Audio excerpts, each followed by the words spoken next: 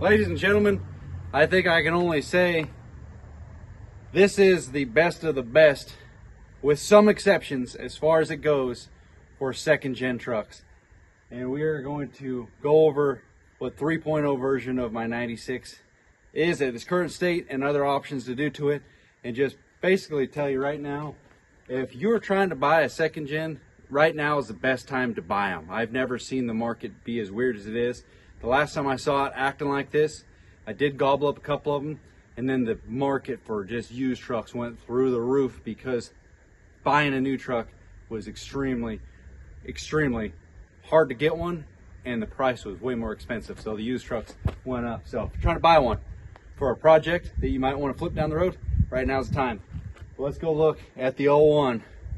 Probably one of the more ultimate holy grail second gens you can get, and what do we got to do to it? Well, like a dummy, I deleted all the footage comparing the 3.0 to the 2.0 and the 1.0 when they were all in a nice row down at the shop. But we'll go ahead and do another video up here. You guys get to see the 08. He's just chilling. I actually got a full new interior and a couple other goodies to go with that guy, and he's gonna be back doing some cool stuff. The interior is actually gutted, but looking at what I dub, I would say the holy grail sport truck 24 valve. Does not get realistically much better than this. You're gonna have some love dents here and there on the old rig. The truck is over 20 years old. All of them are. Most foremost, the one that started it all. I was actually gonna make grandma's truck a clone of this one, but I found this one on Marketplace, and I'm glad that I did, because this truck's actually very sweet. And you saw the video with the G56 98 12 valve. That thing is the holy grail. There's only like 3 or 4 months out of 98 that they actually built 12 valves in it. And the fact that they still carried and did a straight up dinosaur engine in one of these is just completely awesome to me. So this thing's got a lot of perks, way more perks than this one has, but some that this one has overcome that one. But this one right here, the Sport, this was just a complete luck find. It had been parked for several years, and it is actually a very clean truck. A high mile unit, I would say. High miles will vary. That's a 200,000 mile truck. That one's, the truck's got almost 3.5, but the engine's got less than 2 on it. Same with the trans. But there's a big difference, and I truly believe this, and I should do a video comparing and going over what you should look for on trucks, because a lot of people have different, opinions on what they should look for when you're buying a used rig. Like this one here, I spoke with the owner of it. He had owned it since early 2000s, and just, what'd you do with the truck? You remember it had big old box in the back, side tool boxes, and the whole hatch open on the back. This guy straight up commuted with this truck to San Francisco almost every single day.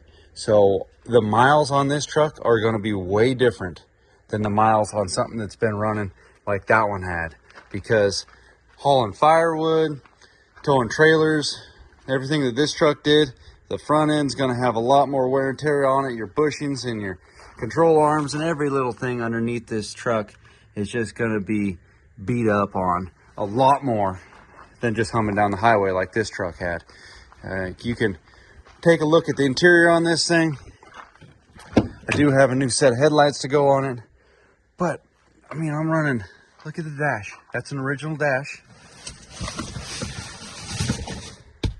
The seats are nice. Do throw these moving blankets from Harbor Freight are the nicest for the dogs, because the dogs can beat up on those all day long.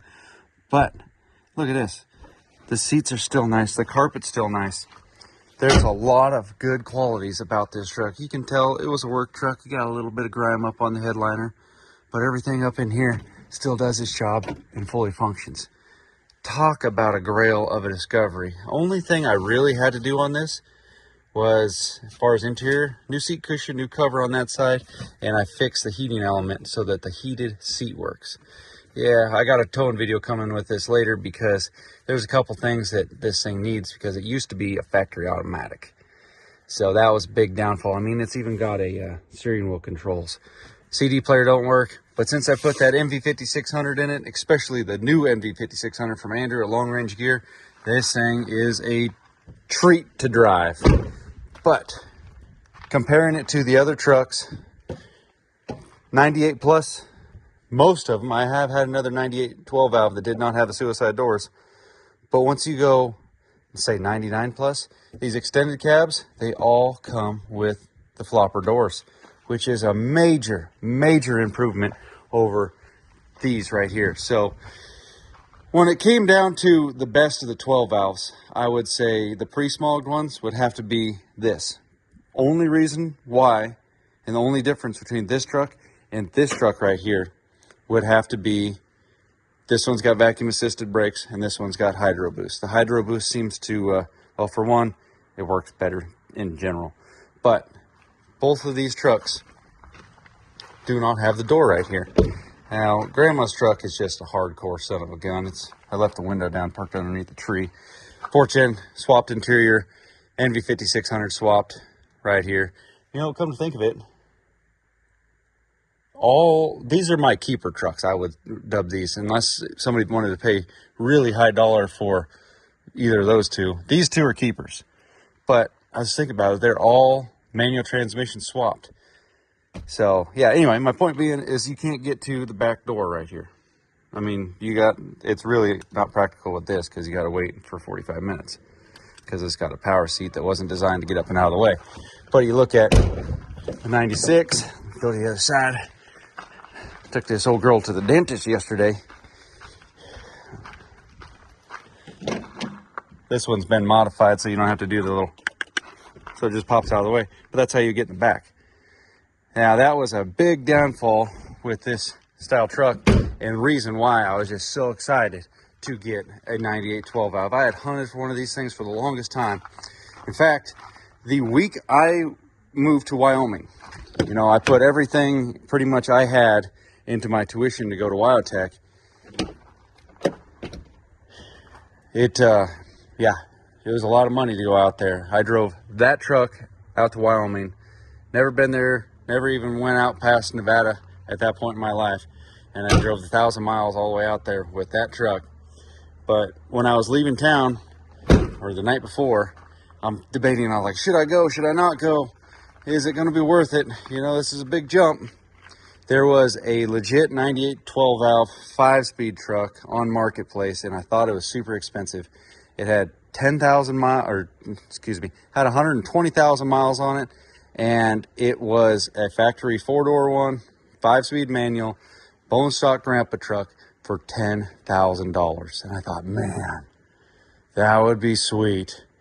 Yeah, no, didn't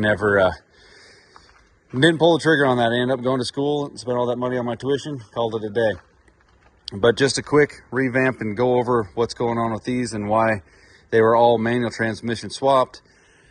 This one, when I got it, the paint was nice. It looked like that red one over there.